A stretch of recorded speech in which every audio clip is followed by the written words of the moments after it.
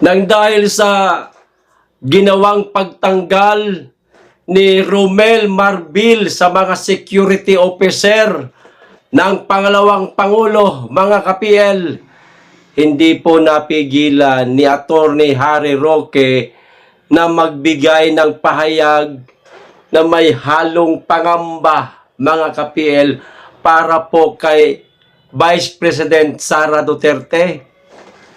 Ayon po kay Attorney Harry Roque, kapag anuman ang mangyari o baka meron na talaga silang pinaplano sa pangalawang Pangulo, mga kapil, wag naman sana, walang ibang sisisihin kundi si Romel Marbil lamang.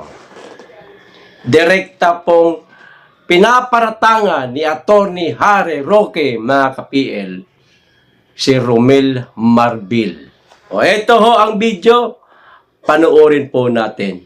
Pero bago po natin simulan, magkikisuyo sa mga hindi pa po nakasubscribe. Baka naman, at pakiclick na rin po ang notification bell para updated sa lahat ng upload, at huwag niyo pong kalimutan, pakilike na rin po ang video.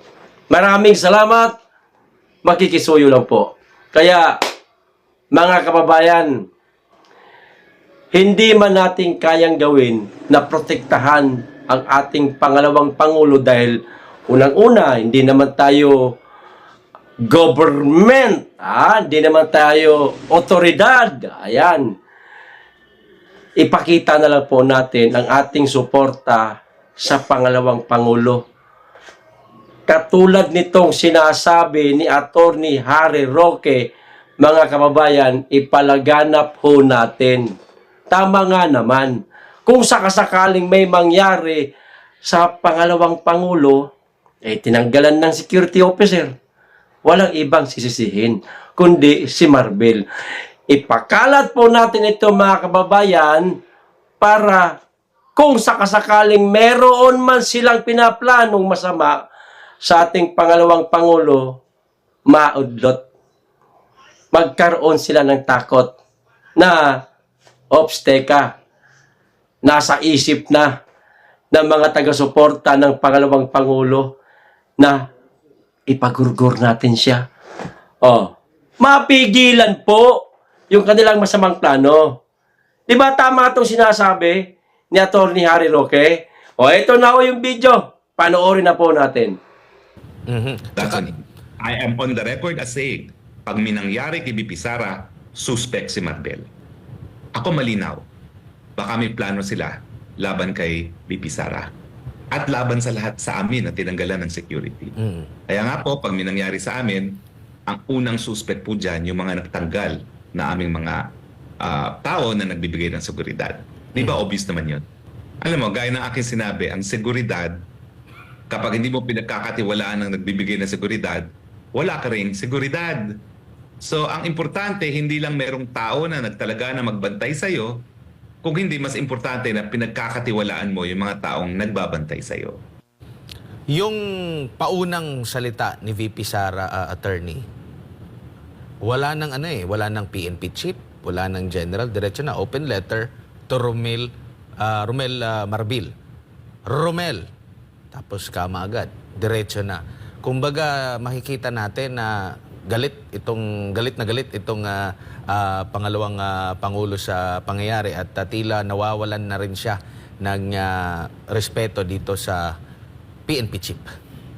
Mas malalim ang tingin ko dyan. Hindi lang yan respeto. Yan ay pagkilala ni VP na yung mga ginagawa ngayon ni Marbil ay hindi sang-ayon sa inaasahan sa isang profesional na kapulisan. Kaya tinanggal niya yung titulo. You're not conducting yourself as a professional member of the PNP and you do not deserve to be addressed by your title. So hindi lang po galit yan. Yan po talaga ay paghiwatig ang iyong gawain, hindi gawain ng isang profesional na pulis. Well, una-una, no? Sa taong bayan muna.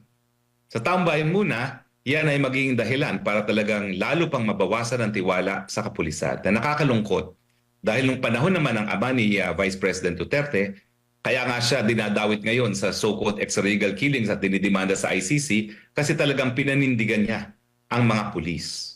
Ang sabi niya, talaga namang violente itong war against drugs, bakapan ko mga pulis pag tamang ginagawa nila. Dinoble pa nga niya ang sweldo. No? So nakapagtataka na itong si Marbel ay parang ang bilis makalimot. No? Na nung minsan, kaya nga ngayon, nasasakdal ang Presidente Duterte sa mga kaso dyan sa ICC dahil pinanindigan niya ng lahat ng napatay ng pulis ay nagkaroon ng banta sa buhay ng pulis.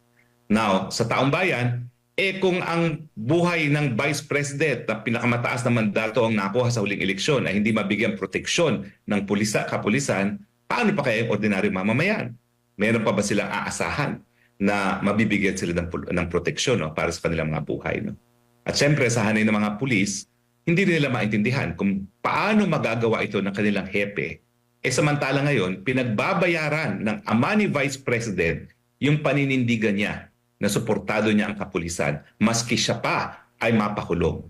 Sagot niya ang gawain ng mga kapulisan dahil importante yung naging papel ng pulis dito sa droga, yung gera laban sa pinagbabawal na droga. Posible bang mangyari kung yung assassination plot na ginawa doon kay dating US President Trump, maaari ho bang mangyari din yan kay VP Sara? That's on Marbel pag binangyari yan. Ang iisipin ng tao, kaya pala tinanggalan ng pulis para magkaroon ng pagkakataon na mapatay si VP Sara. That's on him. Maliwanag.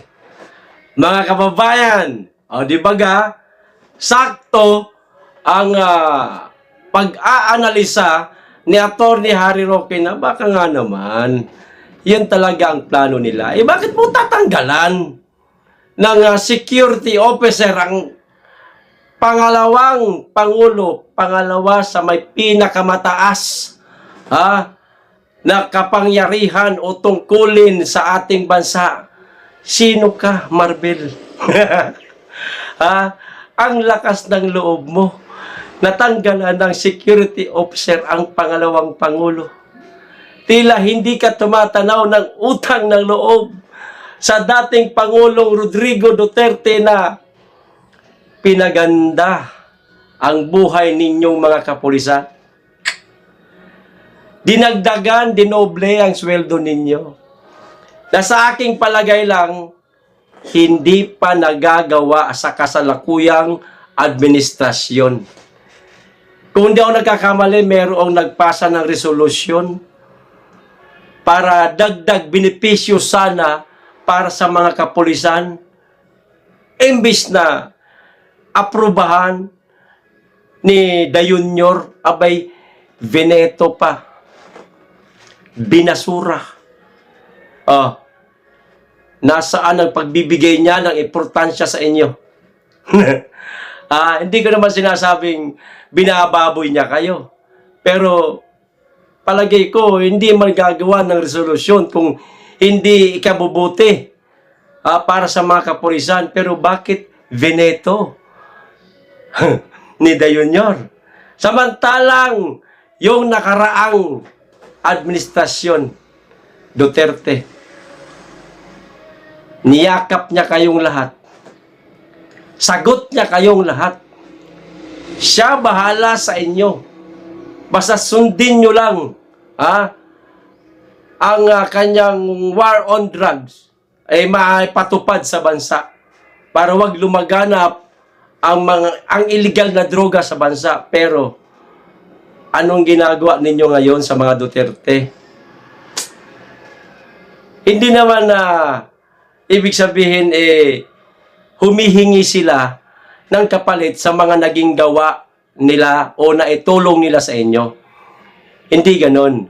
Huwag lang sanang kalimutan ang kanilang naging pamumuno noong nakaraang administrasyon na hindi kayo pinabayaan, kayong mga men in uniform.